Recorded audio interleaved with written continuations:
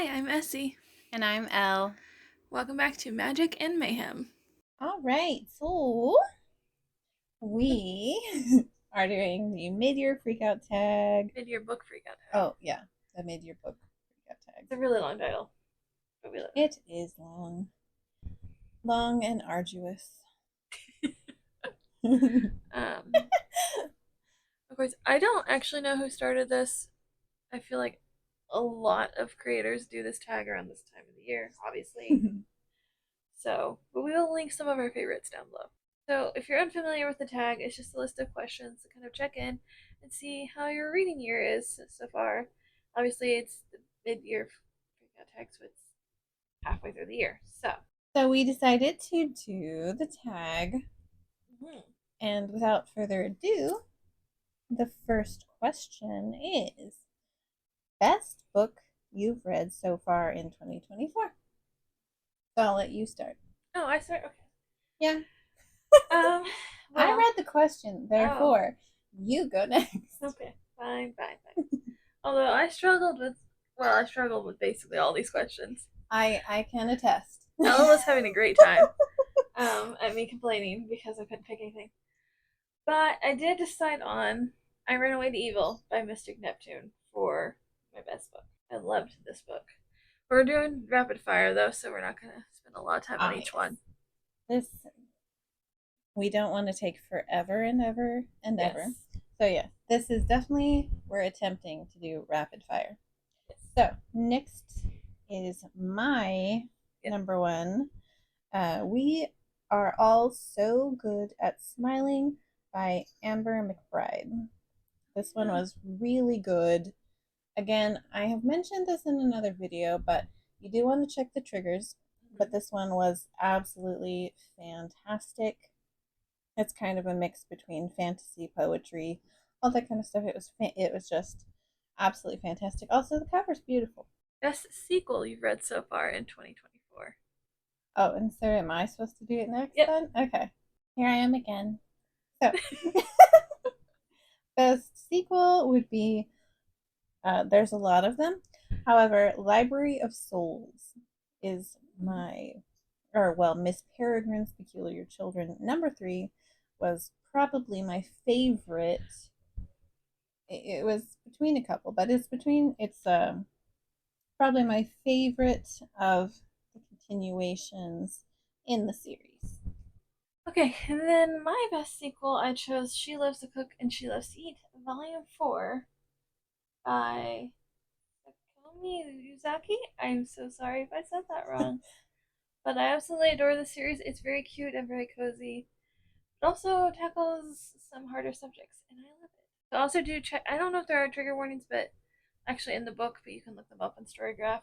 I would check them before reading the series, but it is wonderful. So then, number 3, new release you haven't read yet, but want to. Okay, so mine is The Stars Too Fondly by Emily Hamilton. And I only haven't read it because I don't have it yet. I have ordered it, but it's not here yet. Because I tried to go in the store and get it, and they said they had a copy, but no one could find it. So, wait, but this is like tried a couple stores even. Oh, that's true. I tried a couple stores. No one had it. I was like, okay. This is like a sci-fi sapphic rom-com in space kind of. I don't know. I'm very excited. And not pleased when no one had it. I was very frustrated when no one had this. Then mine is Still the Sun by Charlie Holmberg. This one is fantasy and sci-fi, and I always tend to like Charlie, so that's why I am interested. I own this, but I have not read it. I technically own this. You just got it not long ago, though. It's literally not been in my possession long, so. Your most anticipated release for the second half of the year. All right. So that would be Death at Morning House by Maureen Johnson. This one is mystery, and I tend to have thusly enjoyed all of Maureen Johnson's mysteries. I haven't read, I think Maureen also does, or yeah, also does maybe romance, but I haven't read any of those. So I don't know how I would feel about those, but I like the mysteries. So I found out this was coming out and I was quite eager to find out more about it. So there you Mine is The Phoenix Keeper by S.A. McLean.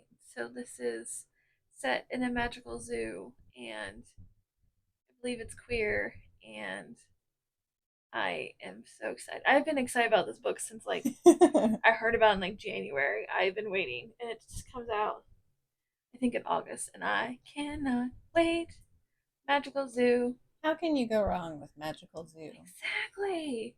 I'm so excited. I think it might be a debut as well. I'm not sure though. Ooh, But cool. I am so excited for this. I can't wait to read it. All right, number 5. Biggest disappointment. I feel like if you watched any of our latest episodes, you're gonna know mine. But it's Jurassic Park by Michael Crichton I hmm, because I was so excited for this book. I love dinosaurs. I love science fiction. However, I do not like Jurassic Park. It was just not at all what I thought it was gonna be. I don't know if it Not enough dinosaurs. not enough dinosaurs, not nearly enough dinosaurs, not enough talk about the dinosaurs, not enough talk about how they made the dinosaurs because I am a genetics nerd, and I know to some extent not a lot of people are gonna want to read about a lot of genetics, but I feel like it could have had more in there. And everyone in this book was terrible, and there was no humor at all to help balance anything. I don't know. I I think the DNF'd movie it. has more humor than the Yeah, book does. it must. But yeah, I DNF'd it and I was so upset about it. And you can ask Elle. I went on a whole rant about how upset I was about it. And speaking of rants, that Essie has also had to been on the other end of the Atlas Complex number 3 in the series, the last book. There was, in fact, a whole rant. Yeah. Yes, probably multiple, in fact. Because I had enjoyed 1 and 2, really enjoyed them, was excited for the end, and then I wasn't once I got to the end of the 3rd book. Mm. Especially since I had held out hope that a certain thing would happen to redeem the book until the very last page, and then it was worse. Unfortunately, other than due to spoilers, can't really say more than Yes, that. I can't But explain. the biggest surprise. Biggest surprise, I did not, Minor Mage, T. Kingfisher, I did not expect really to have enjoyed this one. It I don't know why. It just didn't really sound like something that was up my alley. Not because it's middle grade. That wasn't really it. It just, I don't know. It just didn't sound like my thing. And so it was surprising to me that I enjoyed it quite a lot and I thought it was cute and sweet and also dark. But just in general, it was a good little book. Even though it's short, it still manages to pack a lot in there. I'm doing the I Told You So dance. You are. It includes jazz hands, if you're wondering. Because I made her read that. Anyway, my biggest surprise is The AI Who Loved Me by Alyssa Cole. I picked this one because it's the book, not because it surprised me that I liked it or anything, but because what happened in the book surprised me the most, I think. Because at the end, I was like, I'm sorry, what just happened? Plot twist. What? What? So, and I remember being genuinely shocked at the time. Now, now, I probably wouldn't be surprised as much, but at the time, I just was not expecting where the story went at all, and I was very surprised, and I loved it. Okay, number 7. Favorite new author, debut, or new to you? So I chose In Our Walker. I believe they're either mostly self pub or indie pub. I can't remember which. And I've read at least 2 or 3 of their books so far this year, and I have loved every single one of them, particularly Upside Down. So, which that one was going to be an honorable mention for best book, but I did really love Upside Down. All right, and mine was Lavender House. This one is the first book. I had never heard of this author until this book. I don't know if this was a debut or not, but this is a new to me author, and I enjoy this book, and therefore definitely plan on checking out the rest in the Lavender House series, or Evander Mills, I think is what the series is called. Newest fictional crush. I struggled with this one.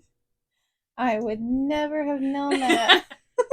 I made her like define what crush meant for me because Yes. I was like, what do I put? I don't know. I don't. I don't get crushes on characters. What do you want? Yes. So that would be Silver Under Nightfall, Rin Chipeka, I think. But honestly, mostly everybody in this book. I love Mostly that. everyone in this book. Not all, I will say. Not all, but mostly everyone, the main characters, a goodly chunk of the side characters. Hello, everyone. Tell me you're bi without telling me you're bi. Yes, exactly. I love it. Okay. Oh, by the way, this, in case you don't know, is a vampire story with a Polly in it. Mine. I had a list and I got rid of the list and then I don't know. I didn't know how to answer this question. But I went with Bear Tongue from Paladin's Grace and Rocky from Project Hail Mary because I love them both, but for different reasons. Yes. But I love them, so we went with that. I don't know. All right, number 9. Newest favorite character. I think this is the question I said I give up on. Yeah. That I didn't want to play anymore. Yeah, you did. You did. I might turn into a bit of a toddler when I don't want to do things. Or if I get frustrated, it's fine. I did end up choosing the entire I Ran Away to Evil cast. That's how I got around that. Because I love the characters in all the stories. I don't know. But I Ran Away to Evil, basically all the characters I loved. Minus like three, but they're the villains, so you're supposed to know. Yeah, that's usually not always, but usually that's an exclusion. But like, there's a lot of characters, and I loved pretty much all of them, and I couldn't really choose, so I just said all of them. And then mine is Dandelion by Merlina Garance. Girls. Garance. Your French is wonderful. It has never been wonderful. My French Mine's not good either, but my French is abysmal, and I am the first to claim that. But I loved Bill and Bobby both. They are both my favorite characters. I love how do them you so choose much. between the two? You can't. You can't. They are a package deal. They are, literally. And therefore they must both be. Both be included. Book that made you cry. That one would be The Last Devil to Die, Thursday Murder Club, number 4. Yeah. I mean, And that book made everybody cry. everybody was like, "What?" It made everybody cry. So that one, I had a hard time. I was like, "What book has that?" And then I was like, "Oh wait, never mind. I know what it is. I know what it is." Like, never mind. I know exactly. And mine was, or is, I guess, The Wishing Game by Meg Schaefer. Oh Definitely made me cry. I have honorable mentions for most of these. yeah. You can put them at the end, I guess. It's just really rapid fire. Really super rapid fire, yes. All right, 11. Book that made you happy. So this was I could have picked so many books for this, but I went with So This Is Ever After by F.T. Lukens because it is ridiculous and hilarious, and it made me so happy. And their friendship is everything, and I loved it. So I chose. Mine was The Magic Misfits, number 1, because this book is just like reading the good kind of you're reading your childhood. Yeah. Classifying that as the good kind Good of. kind, yeah. Because yeah, that's what it felt like reading that book. Is just like you're reading your childhood, the good fuzzy kind of your childhood. Most beautiful book bought so far this year or received. And that is easy because, and this was purchased for me as a gift. That is Dark Star Burning Ash Falls White, right? Yeah, that's the right Yes. title. It In fairness, it's a hard title. doesn't even quite, it doesn't roll off the tongue, but No.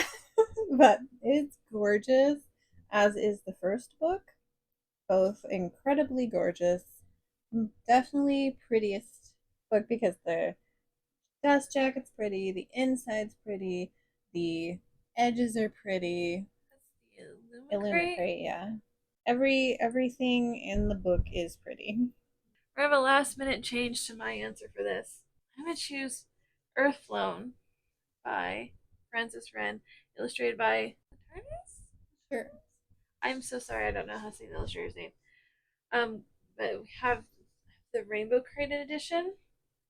I just got this today, which is why I'm changing my answer because this wasn't an answer I could have done before now. But this edition is so freaking stunning, It's pretty fantastic. and it's beautiful, and it has illustrations that are absolutely gorgeous. So I I had to change it to this edition, and I love it so much. That book is pretty stunning. And then last question, 13.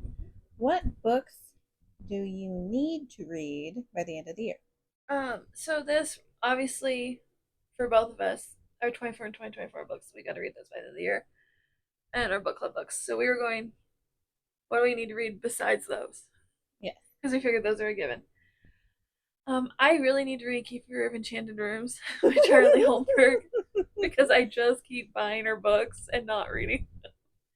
Yeah, there's like in that series specifically, there's at least 4 right now. Is there a fourth one? Yes, there's a Oh no, I need to get the fourth one. Actually, no, I don't. I need to read the first one. That's what I need to do. Yes. But yeah, I keep buying the new ones in the series, and I haven't read it yet, and so I need to do that. I also have like a stack of T. Fisher that I still need to finish. I think I have 7 books that I still need to read. Granted, I've read a lot of my T. Fisher, but I also own an ridiculous amount, and I need to continue the Veronica Speedwell series. And Yeah, there's a lot. there's a lot. Although we are planning on doing the final book support group in July with Steph from Steph Loves, and I'm hoping to do Veronica Speedwell then. And then I have a stack that is all from the same series, which is the Ruin of Kings, a Chorus of Dragons series. There's like 15 million books in that series. I own all of them. And I have not read, I have partially read the first one. And by partially, I mean partially. Um, however, yeah, I gotta get to that. In fairness to her, she's not the one who bought the whole series without starting it. It was a gift. The whole series was a gift. And yes, I think I will enjoy it greatly. And yet somehow I still haven't read it. And so I need to get on that. I need to get on that. Details. Because I think I got those books a couple Christmases ago. Um, so Probably, yeah. and so I need to read them. Rapid fire honorable mentions. Do you have any honorable mentions? I didn't know we were doing honorable mentions. Okay, So well, no. I wrote down honorable mentions, so I'm going to do them really quick. Honorable mentions for best book Project Hail Mary by Andy Weir, Upside Down by Anar Walker, I did mention. Honorable mention for best sequel Flooded Secrets by Claudie Arsenault, also French. I'm sorry if I butchered your name. Honorable mention for new release I haven't read yet is Running Close to the Wind by Alexandra Rowland. For favorite new author, Kathy Yardley, Mimi Grace, Alyssa Cole, Karen Nagel, and Merlina Garance. For book that made me cry, Wild as the Witch by Rachel Griffin. For book that made me happy, That Time I Got Drunk and Saved a Demon by Kimberly Lemming. That's all of them. Okay, I'm done. I wrote down a lot. So I wanted to do honorable mentions. I didn't know Oh, we were doing and honorable honorable mentions. mentions for prettiest book is Voyage of the Damned by Frances White, the Illuminated edition. It is freaking stunning. Well, now I feel like a slacker for not having any honorable mentions. No, that just means you're more decisive. So, so I'm a slacker because I did not know we were doing honorable mentions. I'm sorry, I thought I mentioned that I was gonna do that. I don't have any prepared, so therefore, so that's our 2024 Midyear Freakout Tag. Hope you enjoyed, and we'll see you next time. Thanks for listening to Magic and Mayhem. All right, bye.